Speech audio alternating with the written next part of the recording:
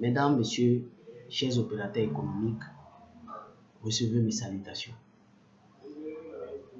La question que nous allons aborder est tellement importante parce que si vous savez que vous aviez hérité de quelque chose, vous pouvez non seulement aller le chercher ou aller fouiller de ce côté-là. Mais si vous n'êtes pas informé, vous n'aviez aucune information, vous allez vous jeter dans une ignorance totale. Et par rapport à tout ce qui a été déjà fait et dit, vous convenez avec moi que si nous venons d'une civilisation où les gens peuvent découper du granit pour construire des bâtisses, où les gens peuvent faire preuve d'ingénierie pour transporter des choses, pour faire des symétries, que aisément et en fonction des dimensions des pyramides et des mesures qu'on peut extraire, que par exemple, avec les données que nous avons retrouvées, 2500 ans ou 3500 ans avant Jésus-Christ, que l'algèbre, la géométrie ou de façon beaucoup plus générale, les mathématiques n'ont aucun secret pour nous. Que l'architecture, la géomatie, d'où est venu par exemple le langage binaire qui ont permis de créer les androïdes et les ordinateurs, n'avaient aucun secret non plus. Au vu de la position de la pyramide de Khéops, l'astronomie, puisqu'ils connaissaient, ils pouvaient lire les signes astrologiques, les étoiles et la position, qui avait bien sûr de l'influence sur la Terre, que l'astronomie était une science connue des Égyptiens. En fonction des sarcophages, en fonction de l'artisanat, en fonction des objets retrouvés sur place, on pouvait dire aisément que la métallurgie n'était pas une science méconnue non plus des Égyptiens, parce qu'avec ces sarcophages bien polis, c'est vrai que l'effet du temps peut polir, mais le temps ne peut pas créer des symétries sur une statue ou sur une œuvre d'art. La climatologie, dont aujourd'hui, avec les preuves, on a retrouvé que la pyramide de Khéops a 8 faces pour pouvoir montrer l'équinoxe et montrer le jour le plus long de l'année, le jour le plus court de l'année, que cette pyramide-là, ayant 8 faces, permet de retrouver ces informations-là facilement. Aujourd'hui, ça ne peut plus être assimilé à un hasard. Et le hasard n'existe pas non plus.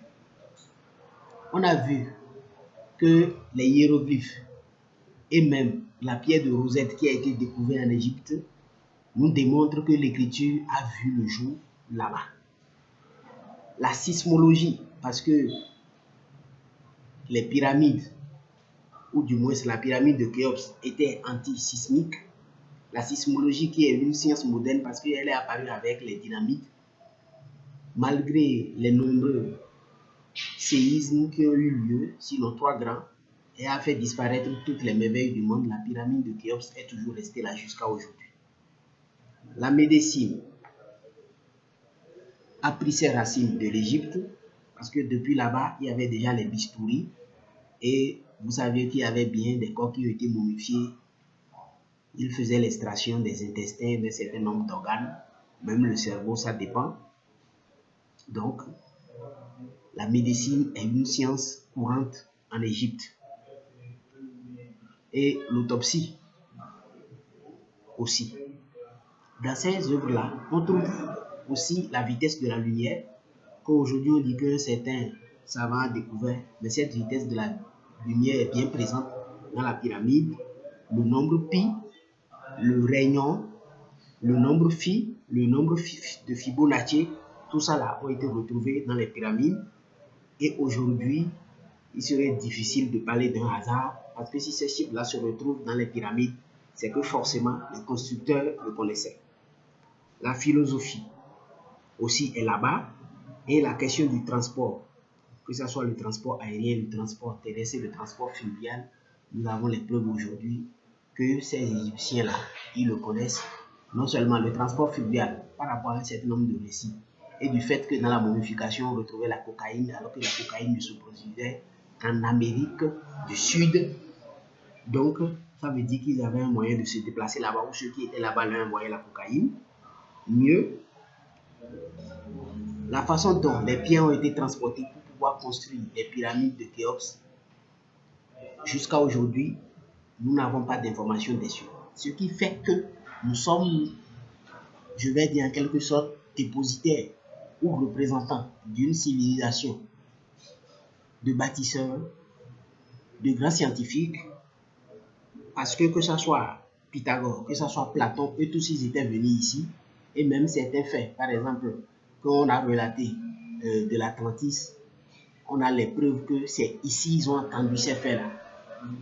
Peut-être que ces faits-là aussi ont été modérés ou modifiés en fonction de celui qui a raconté les faits-là, les faits passer comme information. Donc, si nous avons hérité d'une telle civilisation, si nous avons hérité de ces gens de science, c'est à nous aujourd'hui de cultiver, de creuser dans ce sens-là pour pouvoir découvrir beaucoup de choses. Je ne dis rien d'extraordinaire, je ne viens aucun secret si je dis qu'il y a déjà beaucoup d'Africains qui ont fait les prouesses dans ces domaines-là.